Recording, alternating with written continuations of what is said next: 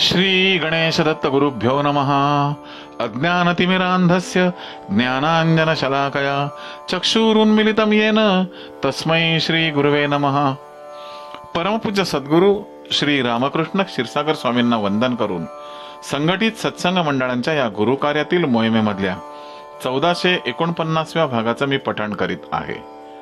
आज चैत्र शुद्ध पंचमी, शनिवार दिनांक 13 एप्रिल 2024।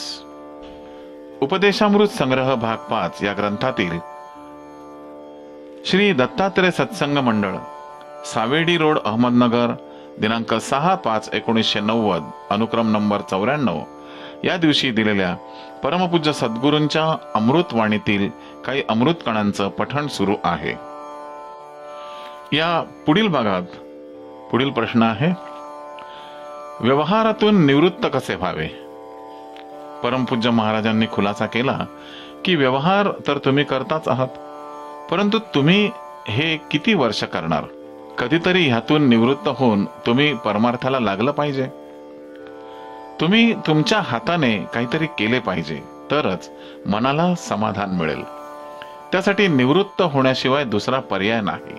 दरवर्षी दसऱ्याला सोने म्हणून आपट्याची पाने किती दिवस वाटणार? संक्रांतीचा तिळगुळ किती दिवस वाटणार?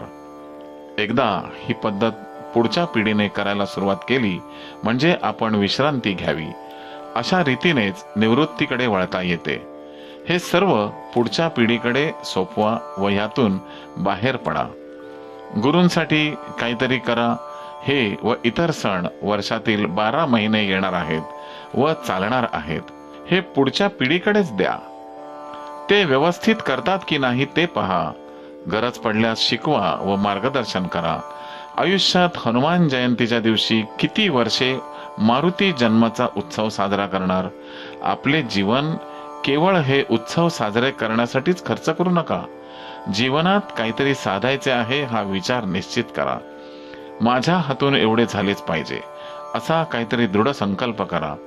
थोडेसे व्यापारी तत्वांप्रमाणे वागा। व्यापारी लोकांचे धंद्यातील मूळ तत्व असे आहे की थोडासा लाभ असेल तरच ते धंद्यात किंवा कामात रस घेतील। आतापर्यंत तुम्ही जे चालवीत आला आहात पुढच्या पिढीला चालवू द्या, नाहीतर तुम्हाला जीवनात आनंद मिळणार केव्हा? आनंदाचा ठेवा या चरणांजवळ आहेच, तो तुम्ही मिळवा। इथे येणारे व सहवासात असणारे कोण दुःखी आहेत? कोणीही नाही। तो आनंद कायम टिकवण्यास इथे शिका। दसऱ्याच्या दिवशी आपट्याची पाने सोने म्हणून अनेक वर्षे अनेकांना वाटून उपयोग काय?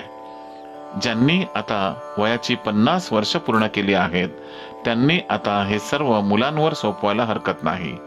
निवृत्तीचा मार्ग मी शिकवतो आहे, तो जीवनामध्ये हळूहळू आचरणात आणा। लोखंडावर रॉकेल घासले तर गंज निघेल, जर फक्त ते टाकले तर गंज पसरेल, परंतु निघणार नाही। मी रॉकेल ओतले आहे, आता हळूहळू गंज म्हणजे तुमचे दोष कमी होतील। माणसाचे आयुष्य किती? जर 50 वर्षाचे मानले तर 25 वर्षे झोपण्यातच जातात। उरलेली 25 वर्षे संसार प्रपंच व्यवहार करण्यात जातात। मग देवधर्म व परमार्थासाठी किती वेळ शिल्लक राहतो? फारच थोडा वेळ। तुमचे जीवन एकाकीपणाचे आहे। जीवनात चांगल्या ठिकाणी स्थिर कसे होता येईल, जीवनात आणखीन आनंद कसा मिळवता येईल हे बघा। म्हणून सल्ला देतो की वयाच्या 50 वर्षानंतर व्यवहारातून व संसारातून मुक्ती मिळवा आणि परमार्थाला लागा। त्यामुळं तुमचं काहीही नुकसान होणार नाही।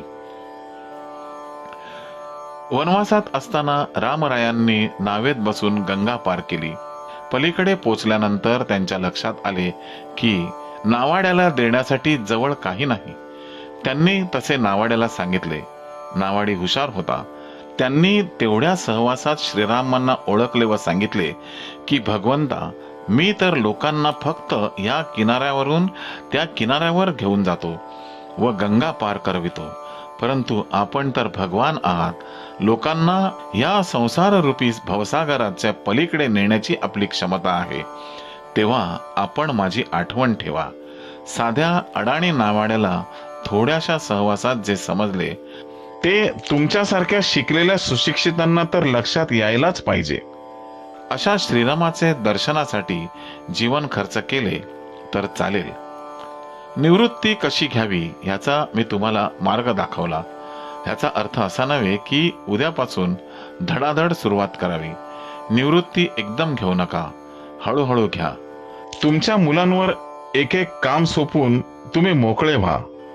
आपण आचार्य जयंती साजरी करतो त्या दिवशी संन्यास या शब्दाचा अर्थ विस्तृतपणे लक्षात घ्यायला शिका.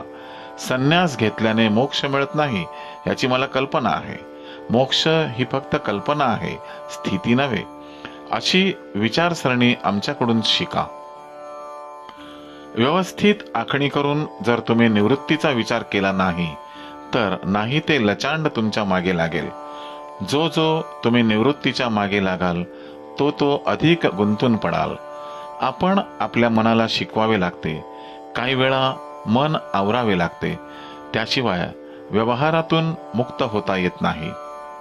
वर उपदेश दिल्याप्रमाणे तुम्ही विचार करून हळूहळू व्यवहारातून मुक्त होण्याची आखणी करा. त्याप्रमाणे एक एक काम मुलांवर किंवा माणसांवर सोपवून तुम्ही मुक्त व्हा. श्री गुरुदेव दत्त. गुरुबंधू आणि भगिनींनो, आजपर्यंत परमपूज्य सद्गुरूंच्या कृपेने एकूण 1449 भागांचे पठण झालेले आहे. यापैकी कोणताही भाग आपणास पुन्हा श्रवण करायचा असल्यास आमचे यूट्यूब चॅनल गुरुवाणी सबस्क्राईब करा. त्यासाठी मार्गदर्शन गुरुरायाचे असे टाईप केल्यास कोणताही भाग आपण पुन्हा श्रवण करू शकता. श्री गुरुदेव दत्त. गुरुबंधू आणि भगिनींनो, या पुढील आशीर्वादासाठी पुन्हा भेटूया उद्या सकाळी 6 वाजता. श्री गुरुदेव दत्त. दिगंबरा दिगंबरा श्रीपाद वल्लभ दिगंबरा. दिगंबरा दिगंबरा श्रीपाद वल्लभ दिगंबरा. दिगंबरा दिगंबरा श्रीपाद वल्लभ दिगंबरा. दिगंबरा दिगंबरा श्रीपाद वल्लभ दिगंबरा. श्री गुरुदेव दत्त.